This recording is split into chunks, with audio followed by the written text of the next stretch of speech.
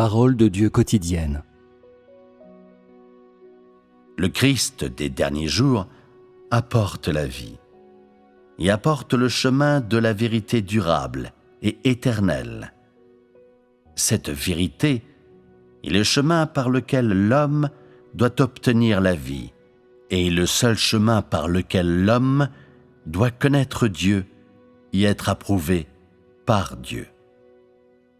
Si tu ne cherches pas le chemin de la vie offert par le Christ des derniers jours, alors tu n'auras jamais l'approbation de Jésus et ne seras jamais qualifié pour franchir les portes du royaume des cieux, car tu es une marionnette et un prisonnier de l'histoire.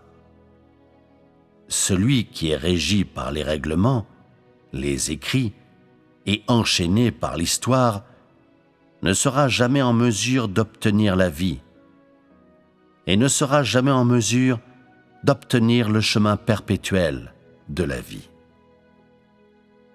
C'est parce que tout ce qu'ils ont, ce sont des eaux troubles qui ont stagné depuis des milliers d'années, au lieu de l'eau de la vie qui coule du trône. Celui qui ne reçoit pas l'eau de vie restera à jamais un cadavre, un jouet de Satan et un fils de l'enfer.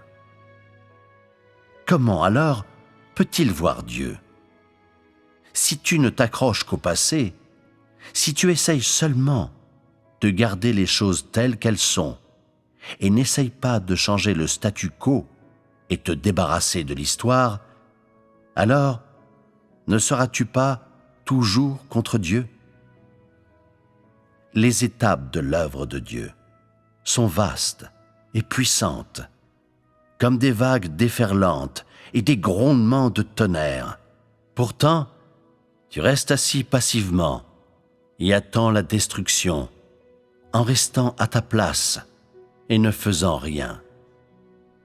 De cette façon, comment peux-tu être considéré comme quelqu'un qui suit les pas de l'agneau?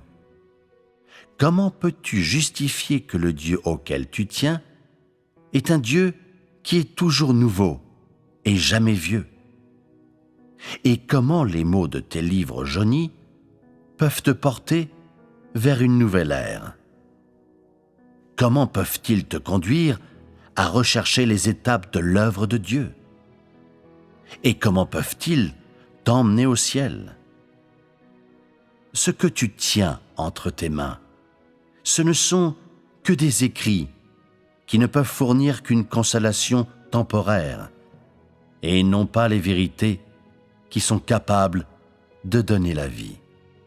Les saintes écritures que tu lis ne peuvent qu'enrichir ta langue et non pas les paroles de sagesse qui peuvent t'aider à connaître la vie de l'homme, et encore moins les moyens qui peuvent te conduire à la perfection.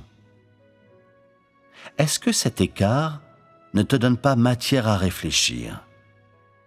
Est-ce qu'il ne te permet pas de comprendre les mystères qui y sont contenus? Es-tu capable de te livrer au ciel pour rencontrer Dieu par toi-même?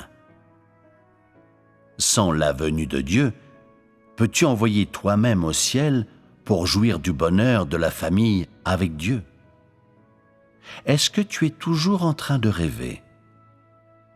Je suggère donc que tu arrêtes de rêver et que tu regardes celui qui travaille maintenant.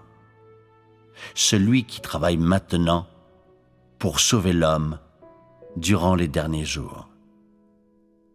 Si tu ne le fais pas, tu ne connaîtras jamais la vérité et n'auras jamais la vie. Celui qui souhaite avoir la vie sans compter sur la vérité prêchée par le Christ est le plus ridicule sur la terre. Et celui qui n'accepte pas le chemin de la vie offert par le Christ est perdu dans le fantasme. Et donc, je dis que celui qui n'accepte pas le Christ des derniers jours sera à jamais méprisé par Dieu. Christ est la porte d'entrée de l'homme dans le règne au cours des derniers jours.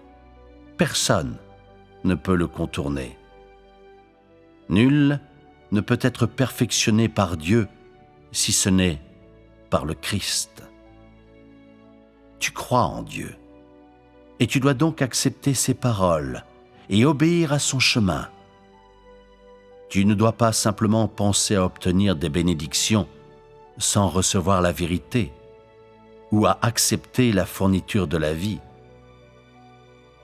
Christ vient au cours des derniers jours pour que tous ceux qui croient vraiment en lui puissent être fournis avec la vie.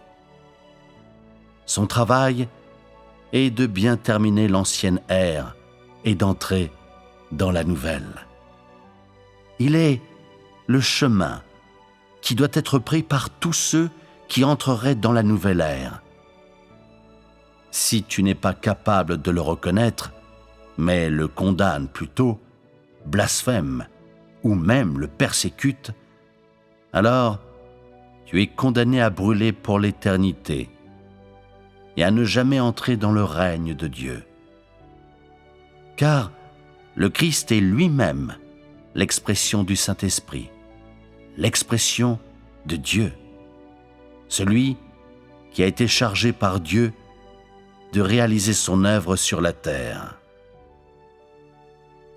Et donc, je dis que si tu ne peux pas accepter tout ce qui est fait par le Christ des derniers jours, alors tu blasphèmes contre le Saint-Esprit.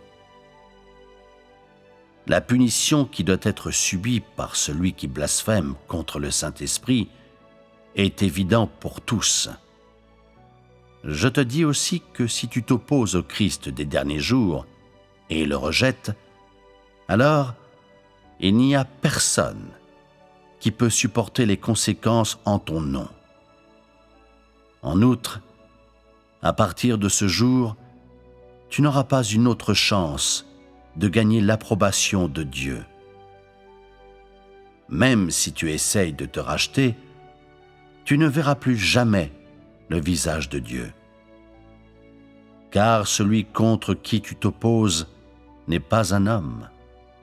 Celui que tu renies n'est pas un être chétif, mais le Christ. Es-tu conscient de cette conséquence? Tu n'as pas commis une petite erreur, mais un crime odieux. Et donc, je conseille à chacun de ne pas montrer ses crocs devant la vérité, ou de faire des critiques imprudentes, car seule la vérité peut apporter la vie, et rien que la vérité peut te permettre de renaître et de voir le visage de Dieu.